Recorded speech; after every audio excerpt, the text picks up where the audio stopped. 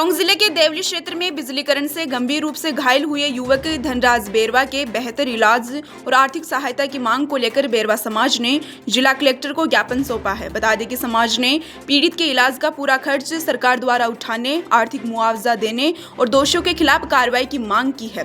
टोंक जिला बेरवा समाज के प्रतिनिधियों ने जिला कलेक्टर को ज्ञापन सौंपकर बताया कि दुर्गापुरा निवासी धनराज बेरवा बिजली विभाग में संविदा कर्मी के रूप में कार्यरत था। बताया गया कि वह शटडाउन लेकर विद्युत पोल पर मरम्मत कार्य कर रहा था, तभी कथित रूप से विभागीय लापरवाही के चलते लाइन चालू कर दी गई और वह हाई वोल्टेज करंट की चपेट में आ गया। वहीं दुर्घटना में धनराज गंभीर रूप से झुलस गया, जिसके बाद उसे जयपुर के एसएमएस अस्पताल में भर्ती कराया गया।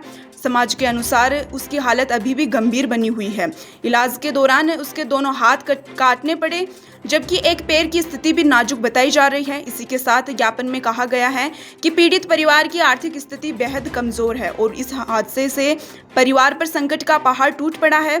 बेरवा समाज ने सरकार से पीड़ित को अधिकतम आर्थिक सहायता उपलब्ध कराने, दुर्घटना की निष्पक्ष जांच करवाने और जिम्मेदार अधिकारियों व कर्मचारियों के खिलाफ सख्त कार्रवाई करने की मांग की है। वहीं इसके अलावा पीड़ित परिवार के पुनर्वास, सामाजिक सुरक्षा और आजीविका के लिए विशेष राहत पैकेज स्वीकृत करने तथा परिवार के एक सदस्य को संविदा पर रोजगार उपलब्ध कराने की भी मांग की गई है। आज एक मौत का मामला हुआ था, बिजली से जल के हाथ कटे थे उसके, किस तरह का मामला क्या गया? ये ग्राम दुर्गापुरा ग्राम पंचायत गांवड़ी का जो धनराज बेरवा था, बिजली विभाग में वो टेम्परेरी वर्कर था वहाँ। तो शटडाउन लेकर के वो बिजली के खंभे पर मरम्मत के लिए चढ़ा और बाद में शटडाउन एकदम से बंद कर दिया गया और बिजली आने से वो गंभीर रूप से झुलस गया, जिसके दोनों हाथ कट गए, एक पाँव भी गंभीर अवस्था में। वो गंभीर स्थिति में एसएमएस में उसका इलाज चल रहा है और बहुत निर्धन परिवार से है। क्या तरह की मांग रखी? क्या हमारी मांग थी कि उसको उचित मुआवजा मिले और उसके परिवार को एक संविदा पे नौकरी दी जाए ताकि उसके परिवार का पालन पोषण हो सके। किस तरह की मांगे थी? क्या क्या मांगों पर? मैडम ने कहा कि जब तक उसकी छुट्टी नहीं हो जाती, उसका इलाज होकर के वो जब तक डिस्चार्ज टिकट नहीं आता, उसको मुआवजा डिसाइड नहीं कर पाएंगे हम।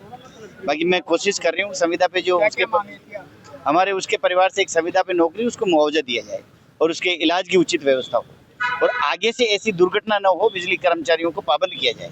तो मैडम ने कहा हमने लाइनमैन को सस्पेंड कर दिया और JNN के खिलाफ हम कार्रवाई करने के लिए लिख दिया, मैंने कार्रवाई चल रही। आज आप कलेक्टर मैडम को मिले, किस तरह की मांगों को लेकर क्या ज्ञापन दिए? देखिए, आज हम यहाँ सब लोग बेरवा समाज के लोग इकट्ठे हुए हैं जिला लेवल पर। गांवड़ी गांव के पास में गंगापुरा में एक दुर्गापुरा में धनराज बेरवा की लाइट से दोनों हाथ कट गए, पैर खराब हो गया, उसकी बुरी हालत है।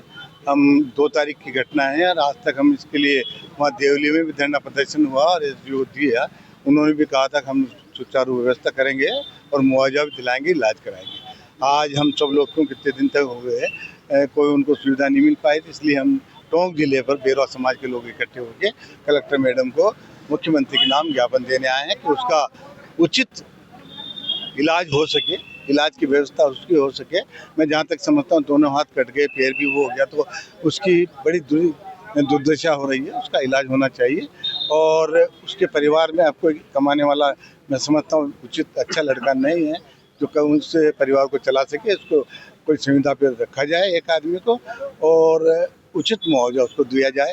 अभी हाल फिलहाल तो उसका इलाज होना मस्ट है। इलाज में वो SMS में भर्ती है और सरकार से मेरा निवेदन रहेगा कि ज़्यादा से ज़्यादा सुविधाएं दी जाकर उसका इलाज करें।